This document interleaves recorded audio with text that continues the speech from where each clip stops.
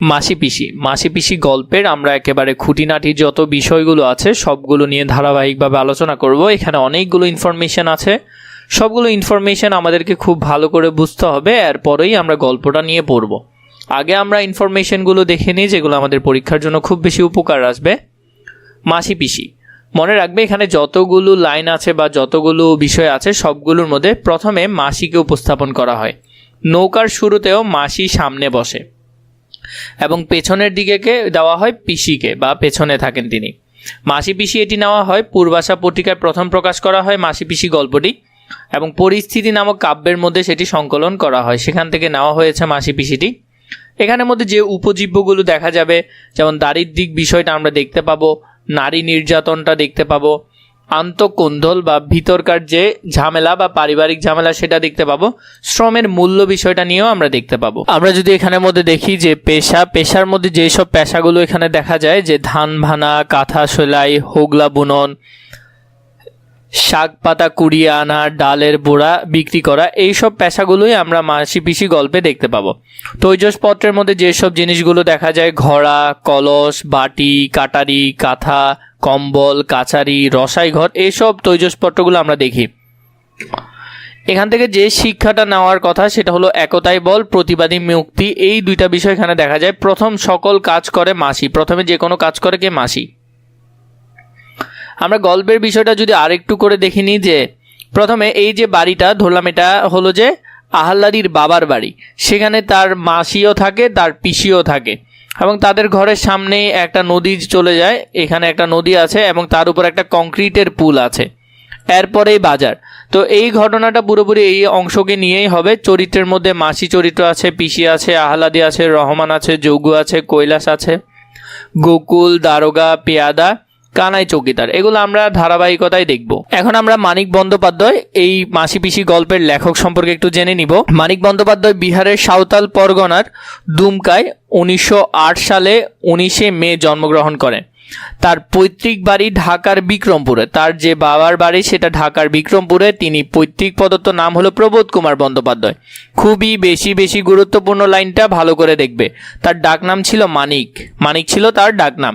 Kolkata Presidency কলেজে BSc পড়ার সময় বন্ধুদের সঙ্গে বাজি ধরে 1928 সালে তিনি আতসীমামি নামে একটি গল্প লেখেন। এটা তিনি বন্ধুদের সাথে বাজি ধরে লিখেছেন। প্রথম লেখা ও গল্পের মাধ্যমে তিনি বিশেষ খ্যাতি অর্জন করেন। এরপর সাহিত্য চর্চায় সম্পৃক্ত হয়ে তার আর প্রাতিষ্ঠানিক পড়াশোনা হয়নি। বছর তিনেক চাকরি ও ব্যবসা বাদ দিলে জীবনের অবশিষ্ট সময় সার্বক্ষণিক লেখক হিসেবেই তিনি সাহিত্য চর্চা করে গেছেন। তিনি ভারতীয় কমিউনিস্ট পার্টির সদস্য ছিলেন, এটাও খুবই গুরুত্বপূর্ণ, ভালো করে দেখবে। মানিক মূলত ঔপন্যাসিক ও গল্পকার। মানব প্রেমের বিশ্লেষণ এবং শ্রেণী চেতনা তার লেখনীর দুই প্রধান দিক, এই দুইটা তার লেখার প্রধান দিক। জীবনের নগ্ন বাস্তবতা উপস্থাপনের দিকে তার বিশেষ ঝোঁক ছিল। এইসব বিষয়কে যুক্তিনিষ্ঠ ও বিজ্ঞানসম্মত কায়দায় উপস্থাপনের পারঙ্গমতার কারণে তাকে প্রায় বিজ্ঞানবাদী লেখক হিসেবে চিহ্নিত করা হয়। জননী, দিবারাত্রি কাব্য, পদ্মা নদীর মাঝি, পুতুল নাচের ইতিকথা, চিহ্ন প্রভৃতি তার বিখ্যাত উপন্যাস, এগুলো তার বিখ্যাত উপন্যাস। তার গুরুত্বপূর্ণ গল্পগ্রন্থের মধ্যে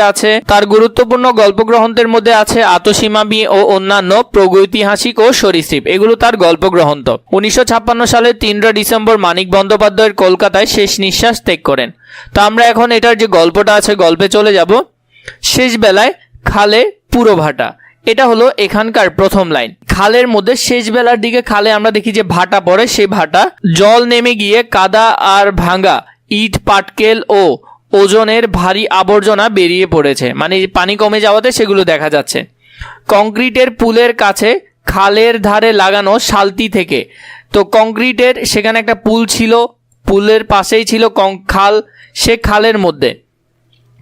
খালের মধ্যে শালতি মানে নৌকা থেকে খড় তোলা হচ্ছে পারে। পাশে একটা খাল ছিল, খালের উপরে একটা কংক্রিটের পুল ছিল এবং পাশে নৌকা বাঁধা, সেখানের মধ্যে খড়ের গাদা ছিল।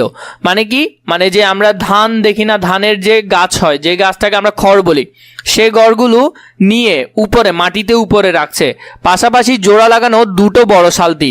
তাহলে কয়টা? দুইটা বড় শালতি, বোঝাই আটি বাঁধা খড় 3 জনের মাথায় চড়ে। কয়জনের মাথা? 3 জনের মাথা চড়ে। কয়টা শালতি ছিল? বড় বড় দুইটা। জমা হচ্ছে উপরের মস্ত গাদায়, মানে উপরে বাজারের পাশে মস্ত গাদায় সেগুলো জমা হচ্ছে। ওঠানামার পথে ওরা খড় ফেলে নিয়েছে কাদায়, যাতে কাদার মধ্যে পা বেজে না যায়, তার জন্য ওই কাদাতে কি করেছে? খড় দিয়ে দিয়েছে। শালতি থেকে উপরে মাথায় খড় তুলে দিচ্ছে 2 জন, মানে নৌকা থেকে 2 জন কি করতেছে? আর 3 জনের মাথায় খড় তুলে দিচ্ছে। একজনের বয়স হয়েছে, মানে একজন বৃদ্ধ, আধা পাকা চুল, রোগা শরীর। তাহলে যার কথা বলেছে তার শরীরের অবস্থা এবং শারীরিক অবস্থা এখানে বর্ণনা করেছে।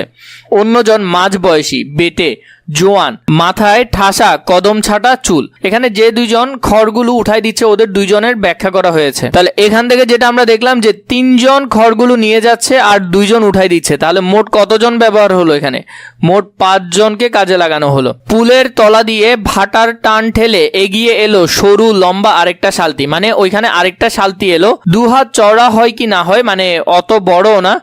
2 মাথায় 2 জন পৌড়া বিধবা লগি ঠেলছে, মানে 2 জায়গার মধ্যে 2 জন পৌড়া বিধবা। তাহলে এখানে মাসির কথা বলছে আর পিসির কথা বলছে, এবং তারা লগি ঠেলছে। লগি মানে হলো যে কি? যেটা দিয়ে নৌকা ঠেলা হয়। সাধারণত 6 হাত লম্বা হয়ে থাকে। এটা কত হাত? 6 হাত লম্বা, যেটা দিয়ে নৌকাকে আগে বাড়ায়। ময়লা মোটা থানের আঁচল 2 জনের কোমরে বাঁধা, মানে ওই যে শাড়ি পরলে যেভাবে আঁচল কোমরে বেঁধে রাখে সেরকম। কেমন ছিল? মোটা ময়লা থানের। মাঝখানে গুটিসুটি হয়ে বসে আছে অল্প বয়সী একটা বউ। এই বউ যেটা, ও হলো মূল নায়িকা চরিত্র আহ্লাদি। তাহলে এখানে মাঝখানে বসে আছে, গায়ে জামা আছে। তো কি জামা ছাড়া থাকতো? একটা বউ বসে আছে, ও কি জামা ছাড়া থাকবে? মানে এখানে ওর কাপড়ের বিষয়টা বোঝাচ্ছে আর কি। নকশা পাড়ের সস্তা সাদা শাড়ি, মানে খুবই অল্প দামের একটা শাড়িও পরে আছে। 8 শার্ট থমথমে গড়ন, মানে মোটামুটি গড়ন, ভালো। গোলগাল মুখটা একেবারে গোলগাল টাইপের। তো এখানে কার কথা বললো? এখানে আহ্লাদির কথা বললো। মাসি পিসি ফিরছে কৈলাস, বুড়ো লোকটি বলল। তাহলে এখানে প্রথম যে উক্তিটা ছিল এটা কে করেছে? বুড়ো রহমান নামে একজন লোক করেছে। তাহলে এই গল্পের প্রথম সংলাপ হলো তার, মাসি পিসি ফিরছে কৈলাস। তাহলে কৈলাসকে বললো যে মাসি পিসি ফিরছে। কৈলাস বাহকের মাথায় খড় চাপাতে ব্যস্ত ছিল। তাহলে কৈলাস কি করতেছিল? যারা 3 জন নিয়ে যাচ্ছিল ওদের মাথায় খড় চাপাতে ব্যস্ত ছিল। চটপট শেষ আটি চাপিয়ে দিয়ে সে যখন ফিরলো, তাড়াতাড়ি করলে কি করলো? সে শেষ যে আটিটা ছিল, মানে শেষ যে পোজাটা ছিল, সেটা সে কি করলো? একজনের মাথায় চাপাই দিল। মাসি পিসির শালতি 2 হাতের মধ্যে এসে গেছে। ও মাসি, ও গো পিসি, রাখো রাখো, খবর আছে, শুনে যাও। তো এখন কৈলাস ওদেরকে বলতেছে যে ও মাসি, ও গো পিসি। দেখো, ও মাসি বলছে, ও গো পিসি, প্রথমে মাসি পরে পিসি। তাহলে এখানের মধ্যে বলতেছে খপ্পর আছে। খপ্পর মানে কি? খবর আছে। সামনের দিকে লগি পুঁতে মাসি পিসি শালতির গতি ঠেকায়, মানে সামনের দিকে লগিগুলো রেখে ওরা কি করে? গতিটা স্থির করে নৌকার। আহ্লাদি শীতির সিঁদুর পর্যন্ত ঘোমটা টেনে দেয়। আহ্লাদি যে মেয়ে আছে ও কি করে? তার মানে যেখানে শীতের সিঁদুর পর্যন্ত ঘোমটাটা একটু বাড়ায় দেয়। সামনে থেকে মাসি বলে বিরক্তির সঙ্গে, মানে মাসি ওকে বলতেছে বেলা আর নেই কৈলাস, যে বেলা শেষ হয়ে যাচ্ছে, আমাদের এখানে কাজ আছে। পেছন থেকে পিসি বলে অনেকটা পথ যেতে হবে কৈলাস, যে তাড়াতাড়ি ছাড়ো, বিরক্ত হচ্ছি আমরা, তুমি আমাদেরকে তাড়াতাড়ি কি বলবে বলো, আমরা যাবো অন্য জায়গায়। মাসি পিসির গলা ঝরঝরে, আওয়াজ একটু মোটা, একটু ঝংকার আছে। তো মাসি পিসির গলার কথাটা বললো যে ওরা একটু শক্তভাবে কথা বলে, সেটা বললো। কৈলাসের খবরটা গোপন, মানে কৈলাস যে খবরটা দিবে এটা গোপন খবর। 2 জনের লম্বা লম্বা শালতির 2 মাথায় থাকলে সম্ভব নয় চুপে চুপে বলা, মানে বলতেছে 2 জন যদি 2 মাথায় থাকো তাহলে আমি আমার কথাটা কিভাবে বলবো। মাসি বড় শালতির খড় ঠেকানো বাঁশটা চেপে ধরে থাকে। পিসির লগি হাতে নিয়েই পেছন থেকে এগিয়ে আসে। তাহলে দেখো, নৌকার পেছনে কে থাকে? পিসি। তাহলে সামনের দিকে ছিল মাসি, এগিয়ে এসে সামনের দিকে। আহ্লাদি যেখানে ছিল সেখানেই বসেই কান পেতে রাখে, মানে আহ্লাদি কান পেতে শুনতে থাকে ওই নৌকার মাঝখান থেকে। কথাবার্তাটা সে সব শুনতে পায় সহজে, কারণ সে যাতে শুনতে পায় এমনই করেই বলে কৈলাস। মানে কৈলাস কথাটা এমন করে বলতেছে, এটা গোপন কথা হলেও যাতে আহ্লাদি ভালো করে কথাটা শুনতে পায় ওইভাবে করেই সে বলে। বলি মাসি, তোমাকেও বলি পিসি। কৈলাস শুরু করে। এবার কৈলাস ওদেরকে বলা শুরু করে, মেয়েকে একদম শ্বশুর ঘরে পাঠাবে না। মনে করো যদি, মানে তুমি যদি আহ্লাদি তার স্বামীর বাড়িতে থাকতো, সেখানে অনেক বেশি মারধর করার কারণে ও এখানে চলে এসেছে ওর বাবার বাড়িতে। তো ওর বাবা নাই, মারাও নাই, কেউ নাই, শুধু মাসি আর পিসি আছে। মানে খালা আর ফুফি আছে, এই দুইজনই আছে, তো ওদের কাছে থাকে।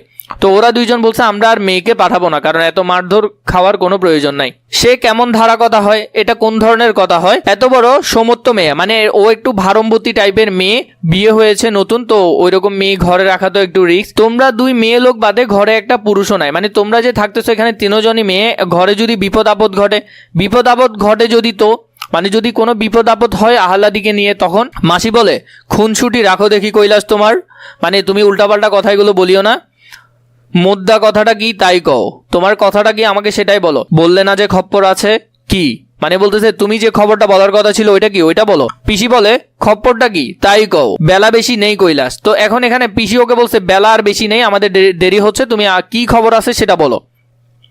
মাসি পিসির সাথে পারা যাবে না জানে কৈলাস, অগত্যা ফেনিয়ে রসিয়ে বলার বদলে সে সোজা কথায় আসে। তো এতক্ষণ ও জানে যে ওদের মাসি পিসির সাথে পারা যাবে না কথা বলে, ও কি করে আসল কথায় আসে।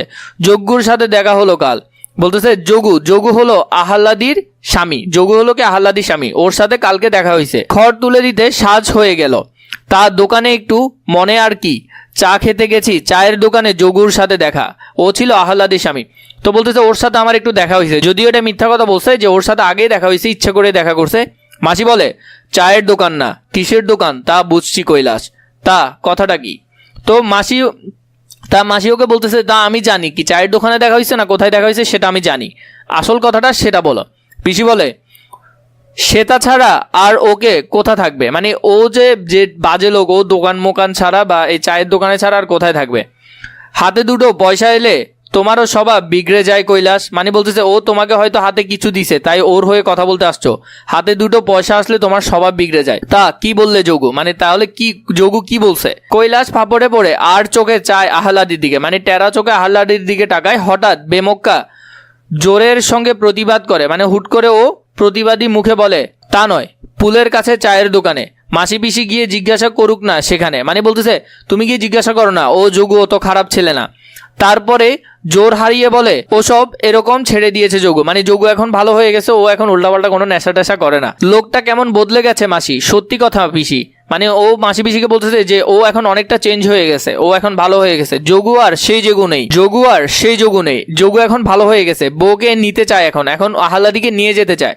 তোমরা নাকি পণ করেছো মেয়ে পাঠাবা না, তো তোমরা নাকি পণ করছো যে মেয়ে কার্ড দিবা না, তাতেই চটে আছে, মানে ওইটা শুনে ও একটু কি হয়ে আছে, চটে আছে, রেগে আছে। সম্মান তো আছে একটা মানুষের, মানে একটা মানুষের তো মোটামুটি সম্মান আছে, তা মেয়ে দিলে না, মানে বাসায় আসছে মেয়ে নিতে কিন্তু দিলে না, তাই তো নিতে আসে না, আর তাই এখন আর নিতে আসে না। আমি বলি কি নিজেরা যেচে একবার পাঠিয়ে দাও মেয়েকে, মানে বলতেছে নিজেরা একটু পাম্পট্টি দিয়ে মেয়েকে পাঠিয়ে দাও। মাসি বলে পেটে শুকিয়ে লাতি জাটা খেতে, মানে বলতেছে ওকে কোনো খাবার দেয় না, মানে শুধু মারে, ওকে কোনো খাবার দেয় না, শুধু মার খাওয়ার জন্য আমি মেয়ে পাঠাবো। কালকে পোড়া ছ্যাঁকা খেতে, মানে ওর যে রান্নার সময় ছ্যাঁকা খায় সেগুলোর জন্য খুঁটির সাথে দড়ি বাঁধা হয়ে থাকতো দিনভর রাতভর। তাহলে এই কথাগুলো কে বলছে, এই কথাগুলো মাসি বলছে যে আমি মেয়েকে কেন পাঠাবো, ও মায়ের খাওয়ার জন্য তোমাদের কাছে। পিসি বলে মেয়ে না পাঠাই, জামাই এলে রেখেনি জামাই আদর তাকে, মানে বলতেছে আমরা মেয়ে পাঠাবো না, জামাই এলে জামাইকে আদর করব।